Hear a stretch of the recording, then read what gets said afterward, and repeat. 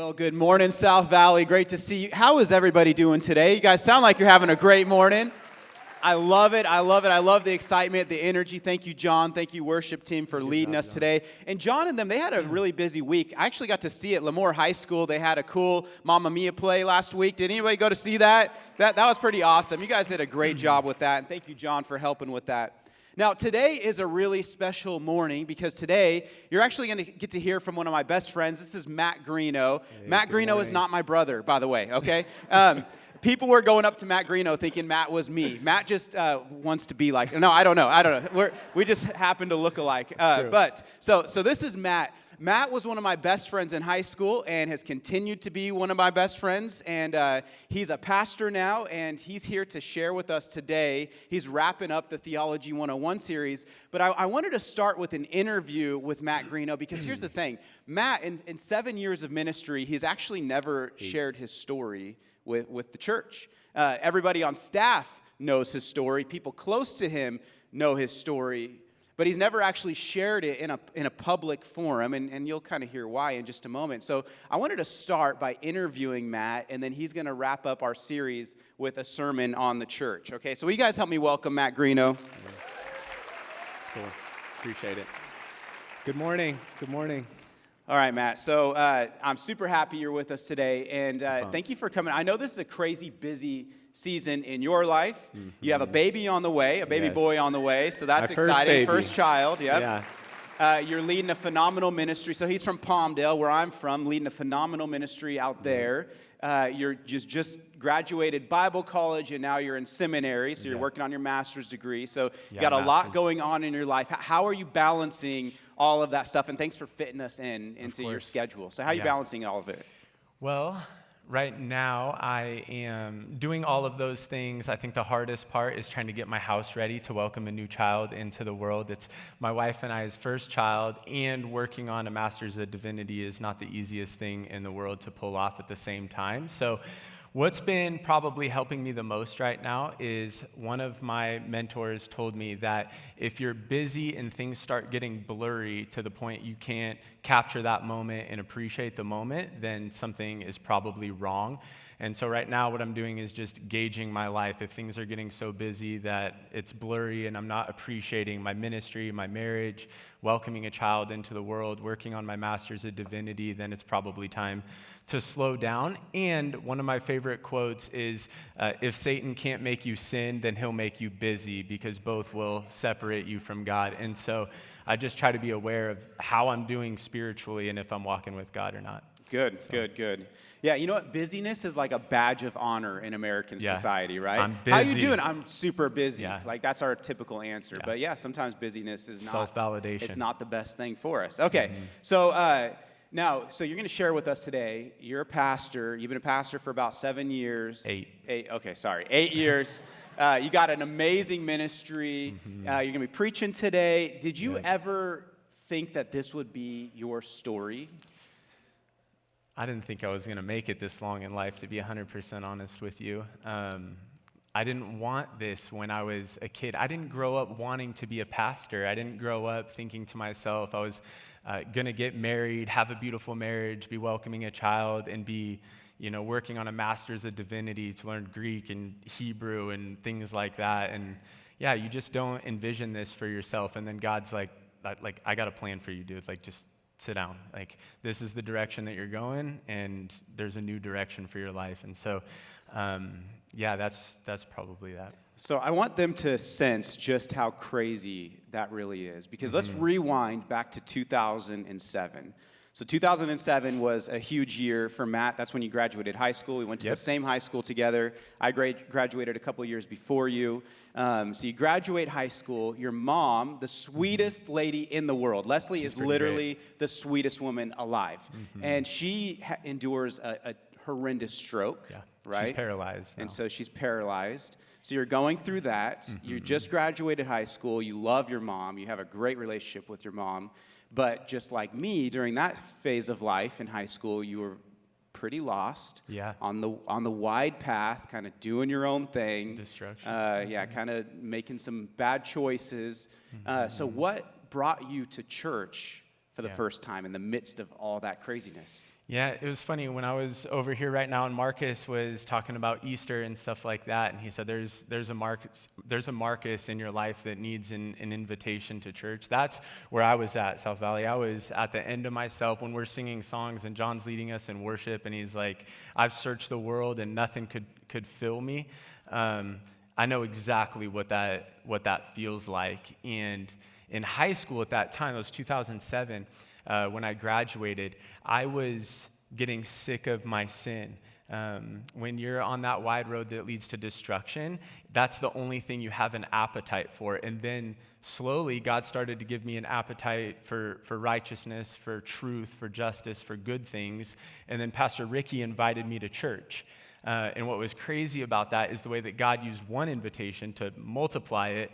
And then I invited my mom to church, and then actually, you were preaching that day, and then my mom gave her life to Jesus, and she's going to have a resurrected body. She's going to have a new life. She's going to be healed. She's going to be resurrected. She's going to have a new body. And yeah, so I was just at the end of my rope at that point. So I remember you coming to church. That morning. I don't know what was preached, but something landed for you. You gave your life to Jesus. I gave him a Bible. He takes the Bible home, and he's like, "What do I read first?" I said, "Well, maybe start with John or Romans." So he calls me that night. He said, "Hey, I read John and Romans. What do I read next?" So I'm like, "All right, well, maybe just keep going from there. Like, just read the next book." And then he calls me like 2 days. "All right, I'm done with the New Testament. Where do I go next?" So he's coming to my house every single day for a week, brand new Christian, on fire for God. Like, we're sitting down in my dining room talking about the Bible for hours and hours, and you were just like eating it up, like asking every single question, wouldn't let me leave, just like, I need to know right now everything you know about Jesus. I wanted the truth Yes, then. okay. So we have this intense week of learning, growing, you asking questions. I don't know how many times you read the New Testament that week, but you were like a man on fire. I was nerding and out. Then all of a sudden we're supposed to meet for another meeting, and you're not there. Yeah. So you just disappeared. Yeah. So after that first week, I've been reading my Bible, things like that, and I read John, I read Romans. If you're new this morning, please don't start with Romans. Just pick that was bad advice, pick by the way. a little bit easier. I'm like, justification by faith, what? But so that week goes by, and at that time I had a lot more questions than I had answers, and I'd always heard like the Christian phrase that you can't serve two masters. You know what I'm talking about? You can't serve two masters. And so I tried to do that, and so I had a lot of questions about Christianity. I was in, but I needed Jesus to help my unbelief. And then that weekend, went to a party. So just if you're in high school or college, one night can change your life. I went to a party, and a fight broke out, and I got into a fight. And then 18 years old, I ended up in prison. So at the end of the week, Matt's in jail. Then you go before a judge, and then you're sent to federal prison. State prison. State prison, sorry. State prison. Yeah, it wasn't that. But it was bad enough. 6 years in prison. In fairness, everybody's okay. Yes, from that situation. Yes, everybody's okay. Situation. So that's why, obviously, we've never shared the story, because Yeah. it's not something that you're proud of or that you like to talk about. But here's what I remember. So you go off to prison. I remember trying to work things out with the judge, trying to shorten your time, but they wanted to make an example out of you and your friends, and so you were there 6 years. And for 6 years, God taught you in the craziest environment how to be faithful to him, how to love him, how to put him first. So how did God use 6 years? I remember you were in LA, then you were in Castaic, then you were in Oklahoma, you were all over the place, right? So how did God redeem your prison time? It's crazy, like hindsight really is 20/20, right? Like it's easy to say like in the moment that God's not faithful to you, and then I look back and I'm like, if that didn't happen, I don't know if I'd be where I am now. Because at some point, God has to get real to all of us. So I had a lot of questions about Christianity, but he wasn't real to me yet. Like he was transcendent, but he wasn't imminent Like, you got to walk with me. I'm the shepherd. I'm the one who guides your life. I'll lead you to still waters. I'll make you go to better places. There's a wide road that you know, and then there's this narrow road that you're not familiar with, but you got to follow me. And there is no 1 foot in, 1 foot out. It's all or nothing. You're either completely for Jesus or essentially judgment awaits you. And so I was just confronted with this, is he real? And then in those years, I got to experience how good God was. I read my Bible like 7 times, and that was super cool, and God blessed me with that. I think it prepared me for a lot of ministry just to be familiar with the scriptures.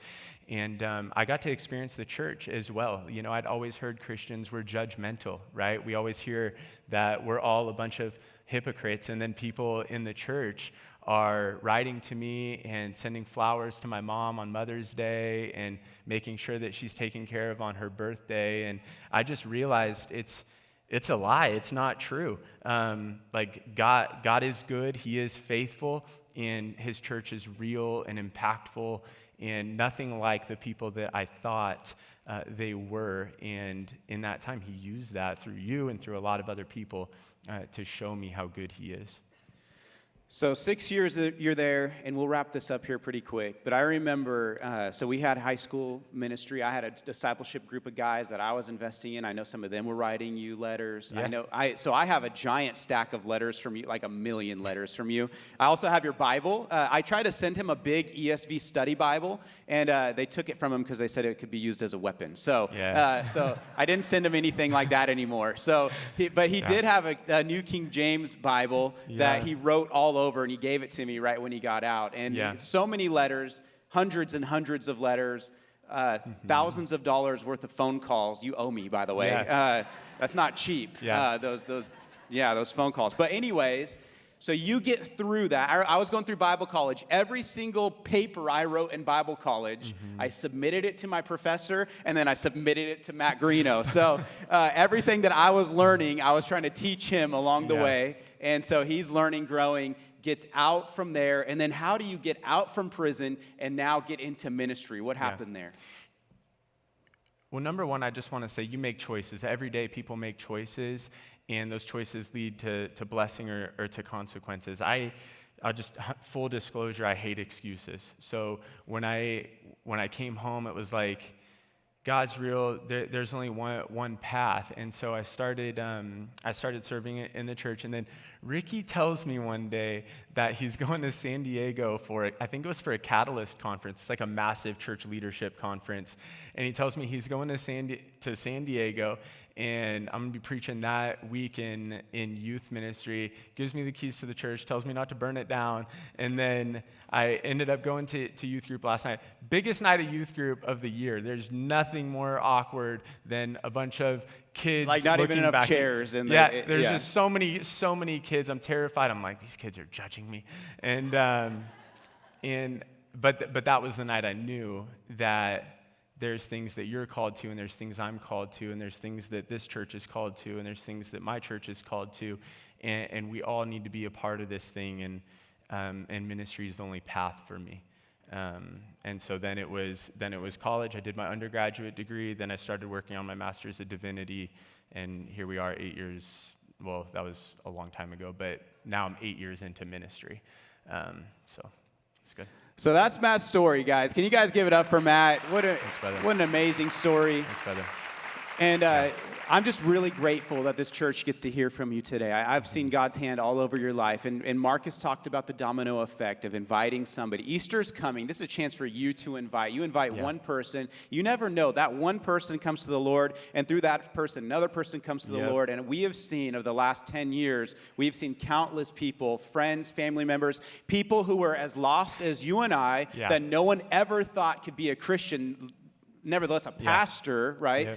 Come to Christ, get into ministry, get married, rebuild their lives, because Jesus changes everything. Do you guys believe that? Yes. Jesus changes everything. Amen.